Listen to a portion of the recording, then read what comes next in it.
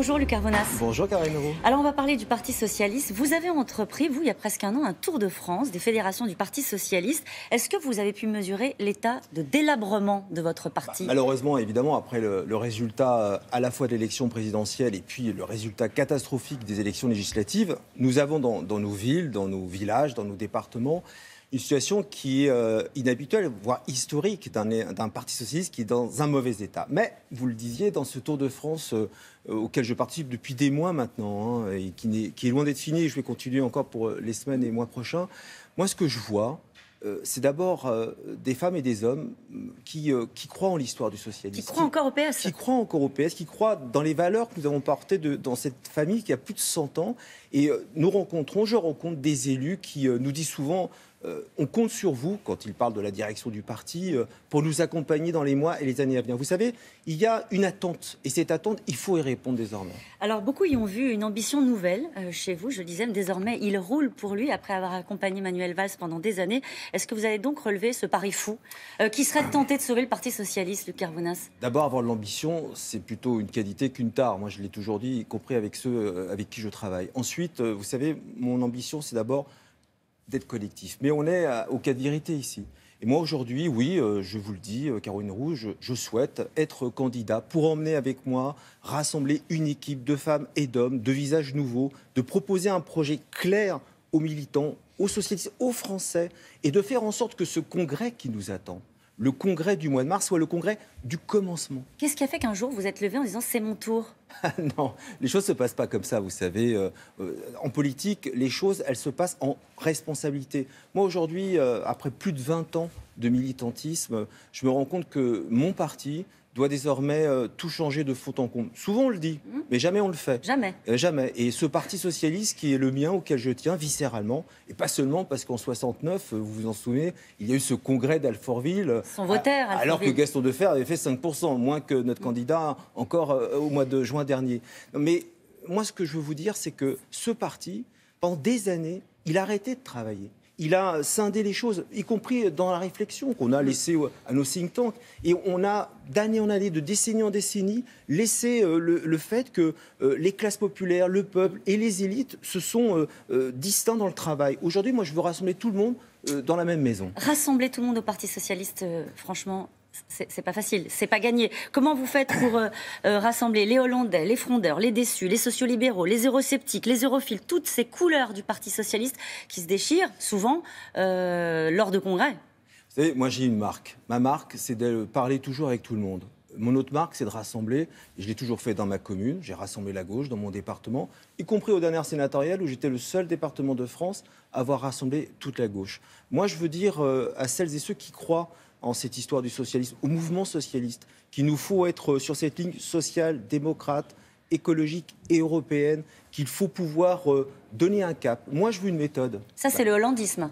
Non, c'est le socialisme. Et moi, j'ai une méthode. Ma méthode, c'est d'être libre et libéré. On ne peut pas faire comme si c'était rien passé. Moi, j'entends beaucoup qui disent il faut travailler, il faut produire. Évidemment. Mais à un moment donné, il faut aussi que l'on dise à celles et ceux qui ont cette attente vis-à-vis de nous, qui peut porter et ramener et rassembler cette attente. Donc la méthode, c'est d'être libre et libéré. Libre dans la parole, libéré par rapport à nos histoires passées, par rapport à cet objectif d'un parti, moi je vous le dis, qui peut mourir.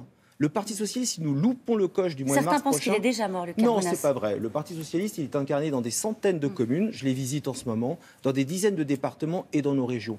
Par contre, si nous n'avons pas un cap qui est clair, celui, moi je le souhaite, du progrès partagé, parce qu'aujourd'hui, dans ce qui est mené, le progrès n'est pas pour tous. Eh bien, nous n'arriverons pas à passer cette nouvelle marche de mars prochain.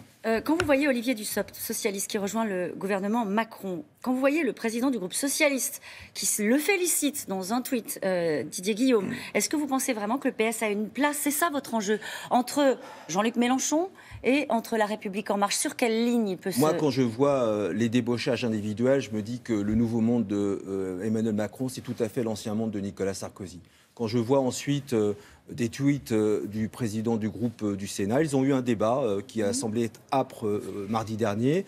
Moi, je pense que tout ça prête à la confusion. Aujourd'hui, vous le savez, nous sommes l'opposition. Moi, je ne cherche pas d'adjectif. J'ai voté... Juste l'opposition. Moi, je suis l'opposition. Je sais que La République En Marche n'a pas cherché seulement à nous battre. Elle cherche encore, dans les débauchages que vous évoquez, à nous remplacer. Et c'est pour ça que, dès le mois de juin, je n'ai pas eu d'équivoque. J'ai voté contre le discours de politique générale. Parce que je savais ce qui allait se passer et ce que nos concitoyens vivent au quotidien. Vous savez, ce n'est pas seulement un enjeu de congrès. Je m'engage aussi parce que je vois que les Français... les Alfortvillais, les Val-de-Marnais, tous ceux que je rencontre me le disent qu'il y a un problème sur la qualité à venir de nos services publics, dans ce qui est en train d'être mené dans les collectivités territoriales, sur la qualité à venir du logement social. J'écoutais encore M. de Normandie hier à l'Assemblée nationale qui nous dit, la main sur le cœur, nous allons baisser les normes pour construire plus de logements.